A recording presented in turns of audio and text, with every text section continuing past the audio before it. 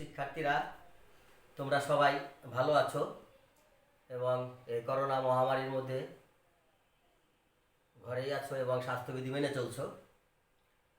তোমরা ঘরেই থাকবে। আমরা যারা তোমাদের শিক্ষক রয়েছি তারা কিন্তু আমাদের ঘরে থেকেই আমরা তোমাদের অনলাইনে ক্লাস নিচ্ছি। তোমরা ক্লাসগুলো সুন্দরভাবে দেখবে। আজ আমি তোমাদের ইংলিশ সেকেন্ড পেপারের উপরে নবম দশম শ্রেণীর ক্লাস নিব। আমি মাধবচন্দ্র দাস, সহকারী প্রধান শিক্ষক, Ishan girls high school, Faridpur. Look at the following sentences. আমার স্ক্রিনের দিকে তোমরা তাকাও এবং যে বাক্যগুলো লিখেছি একটু দেখো। প্রথম যে বাক্যটা লেখা হয়েছে, in spite of his illness he can work better than others.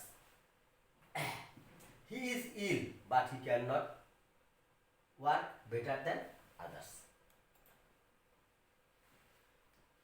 পরের যে বাক্যটি, we will eat to live, we will eat or we do not live. In which form the sentences have written. বলতে পারবে তোমরা যে কোন গঠনে এই বাক্যগুলো লেখা হয়েছে? হ্যাঁ, ঠিক ধরেছো তোমরা।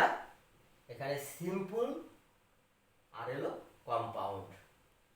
তাহলে today our topic is transformation of sentence. We will transform from simple to compound.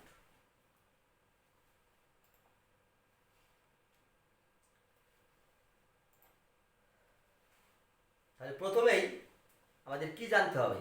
প্রথমে আমাদের জানতে হবে ডেফিনেশন অফ সেন্টেন্স, অর্থাৎ সেন্টেন্সের সংজ্ঞা জানতে হবে।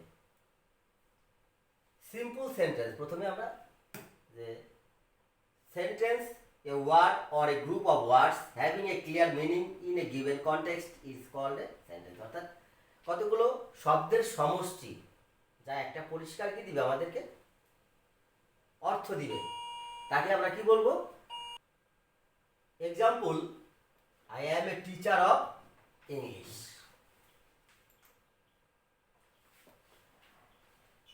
ক্লাসিফিকেশন অফ সেন্টেন্স, অর্থাৎ সেন্টেন্সের প্রকারভেদ।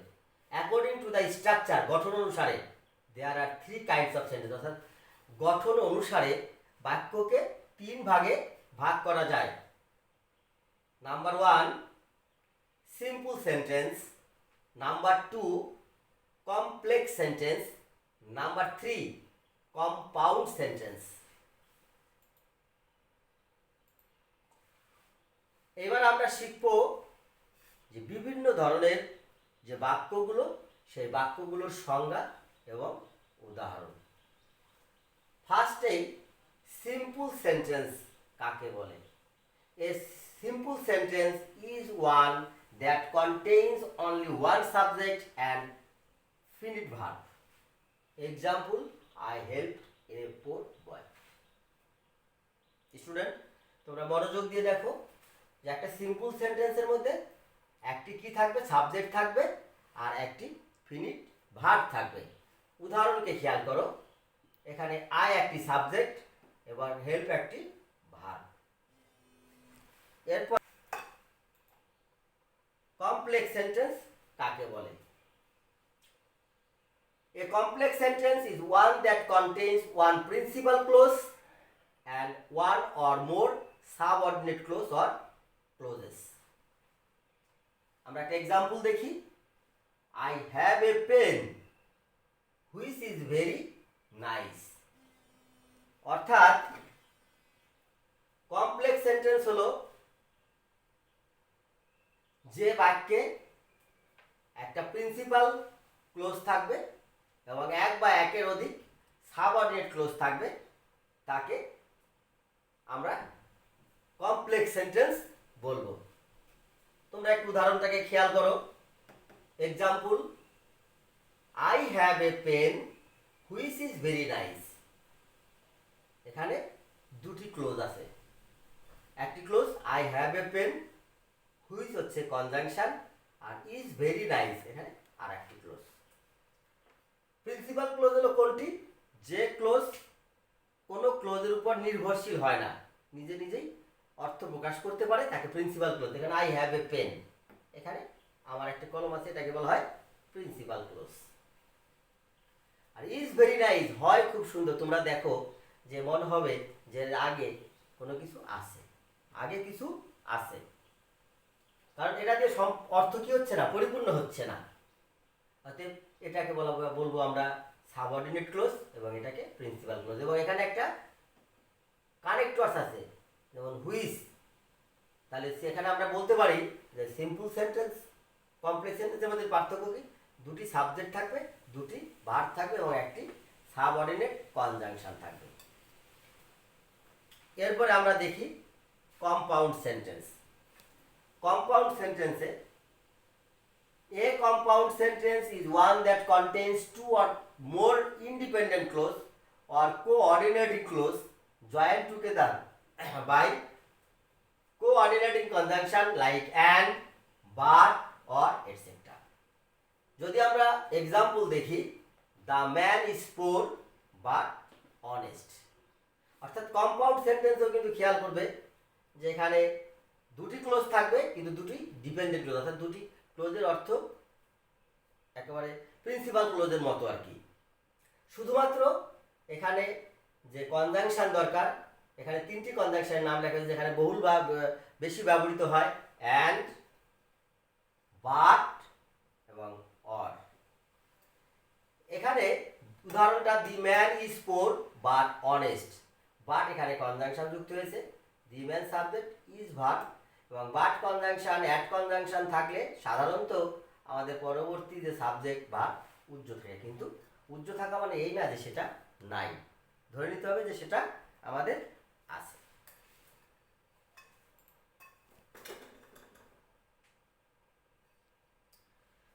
তাহলে স্টুডেন্ট তোমরা একটা কাজ করো, তোমাদের খাতায় একটু এগুলো লিখে নাও, write down the definition of simple, complex and compound sentence, যেগুলো আমি বললাম এগুলো তোমরা কি করবে, খাতায় লিখবে সুন্দর করে, বা তোমাদের পাঠ্যপুস্তক বই থেকে তোমরা এগুলোর সহযোগিতা নিবে, সহযোগিতা নিয়ে তোমাদের মেমোরিতে সবসময় রাখবে যে সিম্পল সেন্টেন্স কীভাবে গঠিত হয়, কমপ্লেক্স সেন্টেন্স কীভাবে গঠিত হয় এবং কম্পাউন্ড সেন্টেন্স কীভাবে গঠিত হয়।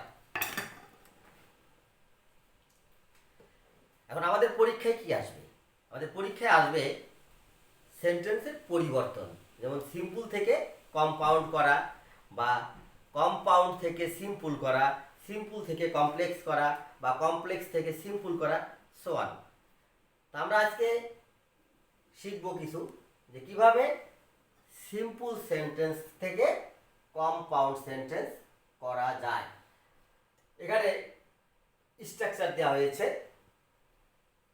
যে সিম্পল সেন্টেন্সের স্ট্রাকচার যদি থাকে এরকম subject, auxiliary verb, principal verb, extension, to oblique in order to, তারপর ভার্বের প্রেজেন্ট ফর্ম প্লাস এক্সটেনশন। তাহলে আমরা কম্পাউন্ড করার সময় কি করবো দেখো, সাবজেক্ট বসাবো, এই অক্সিলারি ভার্বটা ঠিক এখানে বসে যাবে, প্রিন্সিপাল ভার্বটাও বসে যাবে, এক্সটেনশন বসে যাবে।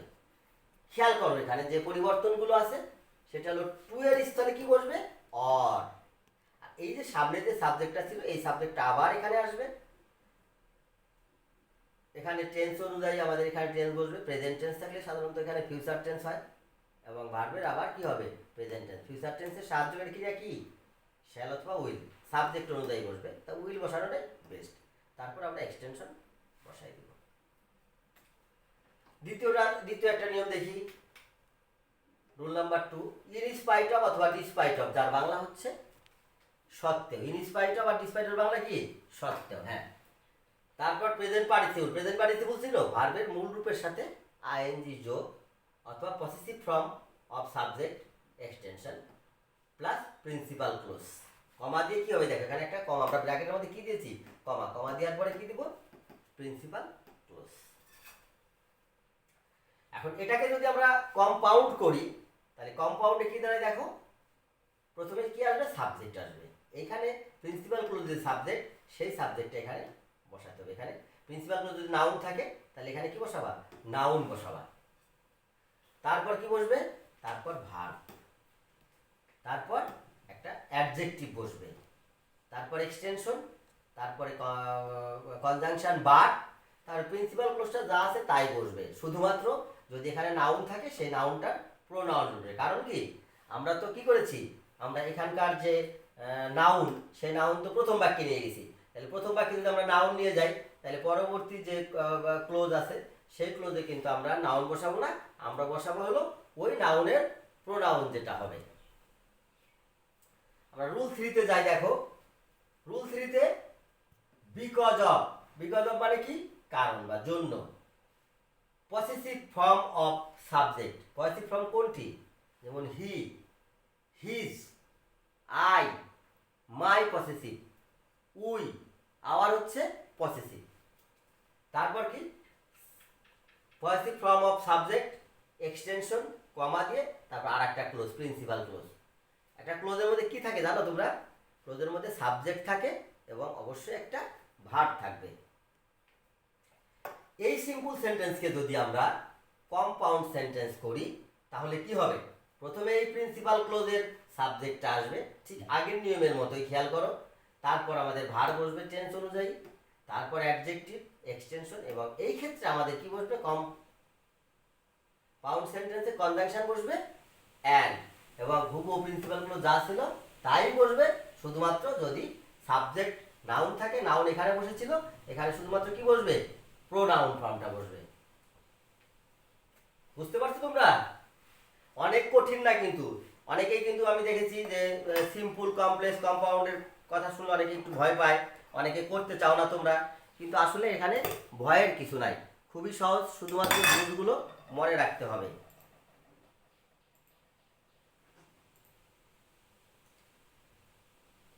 স্ট্রাকচার, এরপরে আমরা আরেকটা নিয়মের মধ্যে যাই, অনেকগুলো নিয়ম আছে।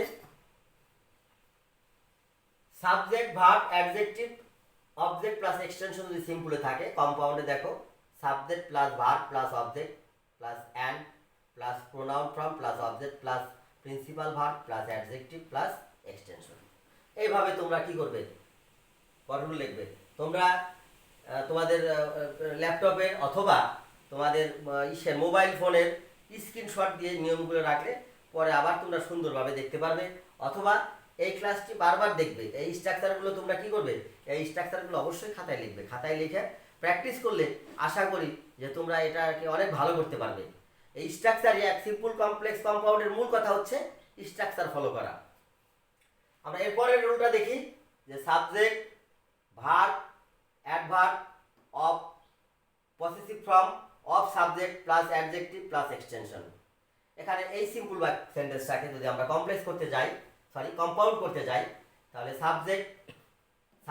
Subjective form of possessive, subjective form ছিল তো পসেসিভ, অর্থাৎ যেমন হিম, হিজ, হিজ পসেসিভ ফর্ম হলে তার সাবজেক্টিভ ফর্মটা কি, তার সাবজেক্টিভ ফর্মটা হলো হি। মাই পসেসিভ ফর্ম হলে তার সাবজেক্টিভ ফর্মটা কি, তার সাবজেক্টিভ ফর্মটা হলো আই। আওয়ার পসেসিভ ফর্ম হলে তার সাবজেক্টিভ ফর্মটা কি, তার সাবজেক্টিভ ফর্মটা হলো উই। বুঝছো তোমরা? এরপর আমরা বসবে কি, দেখো will, verb form of adjective, but subject principal verb, adverb of plus pronoun form of adjective. আমরা পরবর্তী রুলে যাই, subject plus will plus principal verb plus adjective. এখানে আমরা কি করব, আমরা সাবজেক্ট বসাবো, তারপরে উইল বসবে, প্রিন্সিপাল ভার্ব, এরপরে বসবে অ্যান্ড, তারপর এই সাবজেক্টের pronoun form of principal verb, তারপরে প্রোনাউন ফর্ম অফ সাবজেক্ট, এখানে একটু ভুল আছে, একটু দেখে নিও তোমরা। আর এখানে তারপরে প্রিন্সিপাল ভার্ব, এখানে অ্যাডজেক্টিভ ফর্ম অফ অ্যাডভার্ব বসালে আমাদের এইগুলো তোমরা করতে পারবে।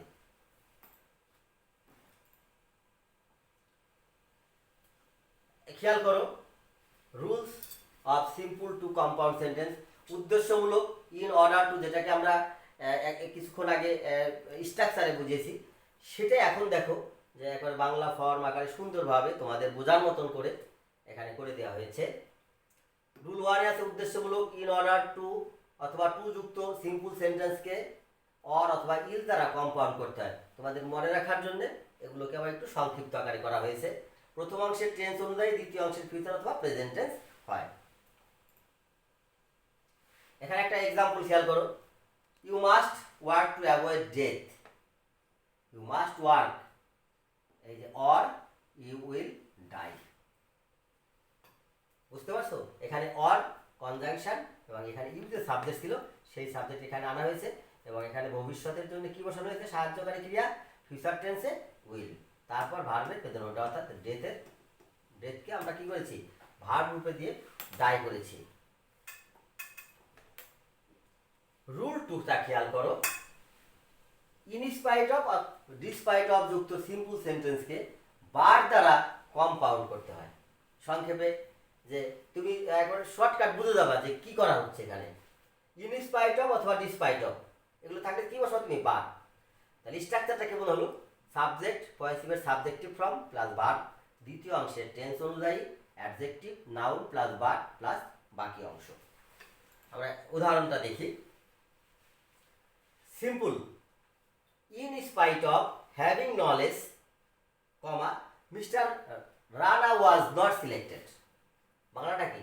যে জ্ঞান থাকা সত্ত্বেও mister Rana was not selected, mister রানাকে কি করা হয়? সিলেক্ট করা হয়নি।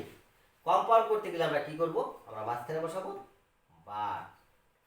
এই মিস্টার রানা প্রিন্সিপাল ক্লোজের যে সাবজেক্ট সেই সাবজেক্ট আগে চলে আসলো, মিস্টার রানা নাউন আগে চলে আসলো। তারপর আমরা কি বসাবো? তারপরে আমরা বসাবো এখানে পাস্ট টেন্স ওয়াজ, এখানে হ্যাভিং এর পাস্ট টেন্স কি?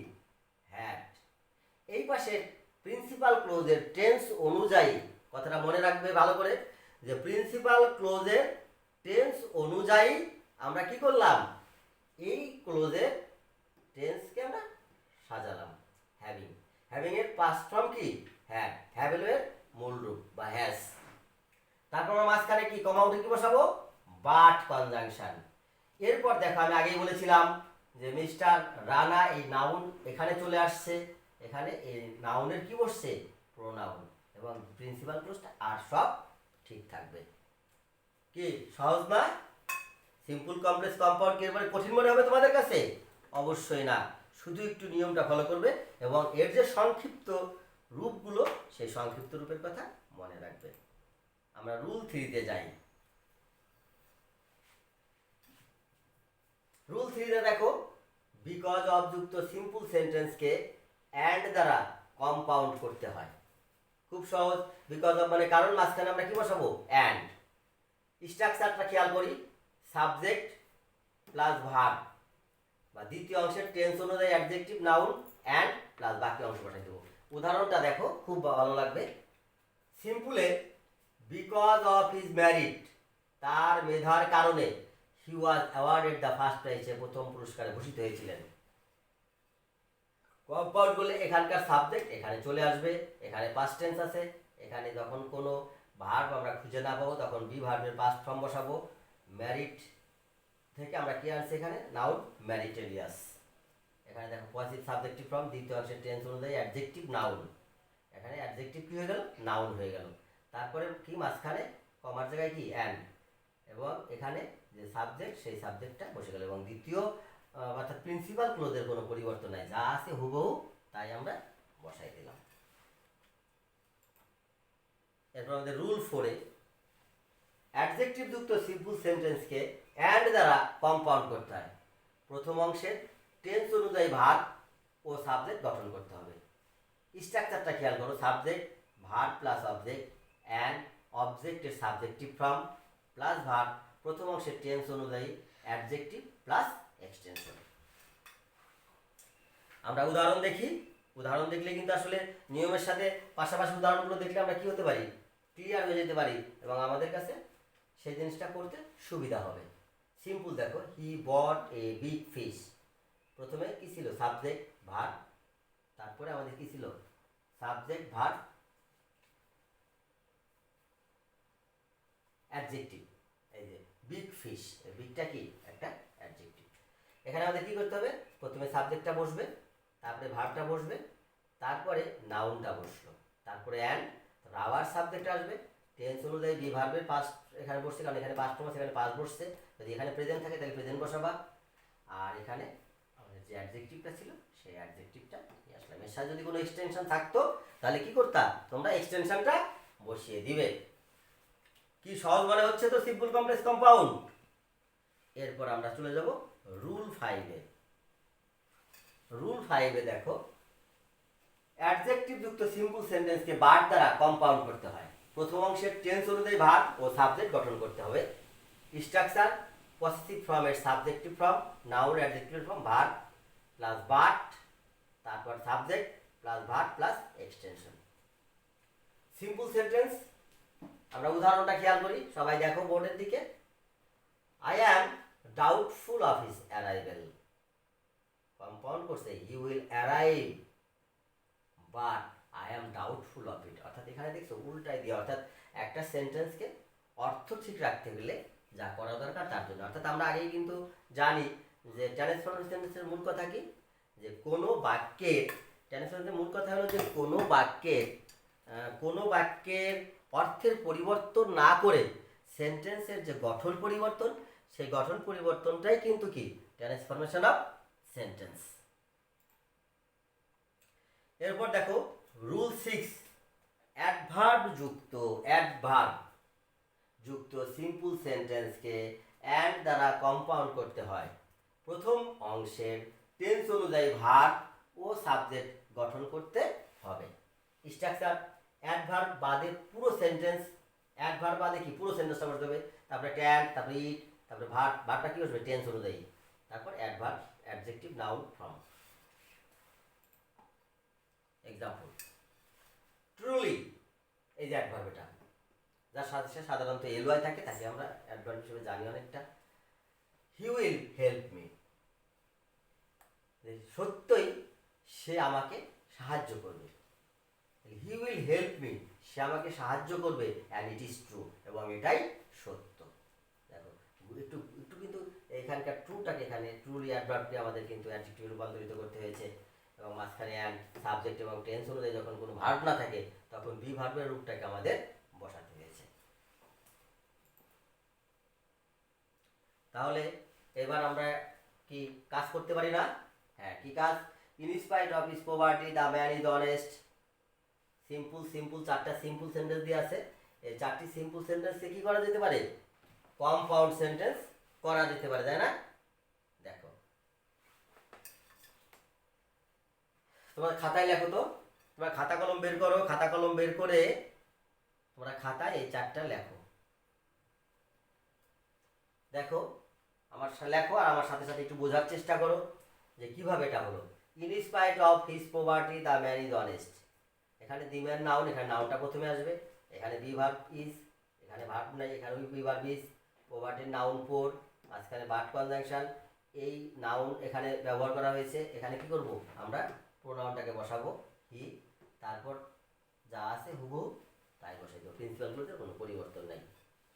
দ্বিতীয়টা বিকজ অফ হিজ লেজিনেস, এখানে দ্বিতীয় বাক্যে আছে হি can not finish his work, এটার কোনো পরিবর্তন হবে না।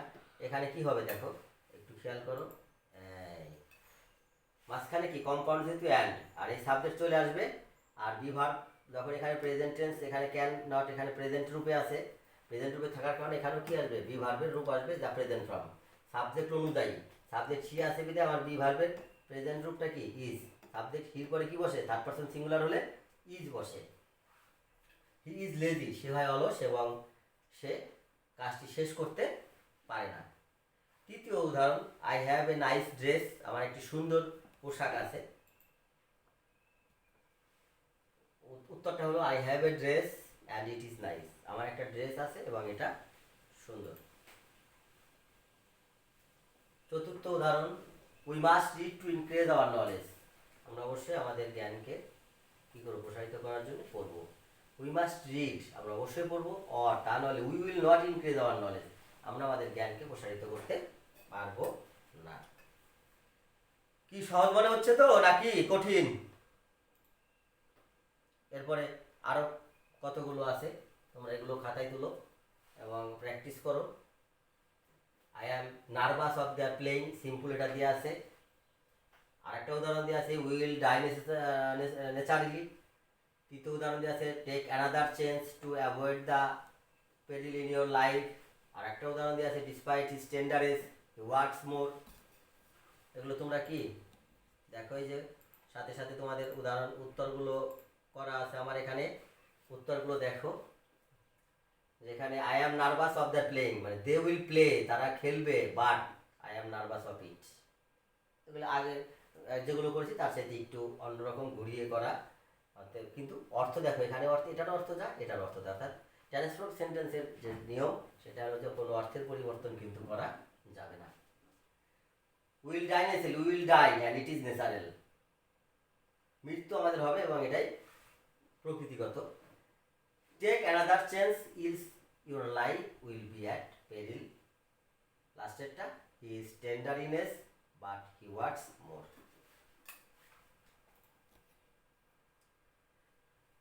তোমরা বাড়ির কাজ হিসেবে কি করবে দেখো তো। বাড়ির কাজ, write down only 5 sentence according to the rules of compound sentence. এটা তোমরা বাড়িতে কাজ করে রাখবে, এবং যখন কি স্কুল খুলবে, এই করোনা মহামারীর যে সমস্যা, এই সমস্যাটা গেলে স্কুল যখন খুলবে তখন এই বাড়ির কাজগুলো তোমরা তোমাদের স্ব ক্লাস টিচারকে দেখাবে যে স্যার আমি এই কাজটা করেছি, স্যার এই যে দেখেন। তোমাদের বাড়ির কাজের উপরেই কিন্তু শিক্ষকরা মূল্যায়ন করবে তোমরা এই ঘরে বসে 2 মাস বা 2.5 মাস কি করতেছো এটা। তাহলে no more today dear students, see you tomorrow. আশা করি তোমরা ভালো থাকবে, ঘরে থাকবে এবং স্বাস্থ্যবিধি মেনে চলবে, মা বাবার কথা শুনবে। আজকে এই পর্যন্তই, ভালো থেকো।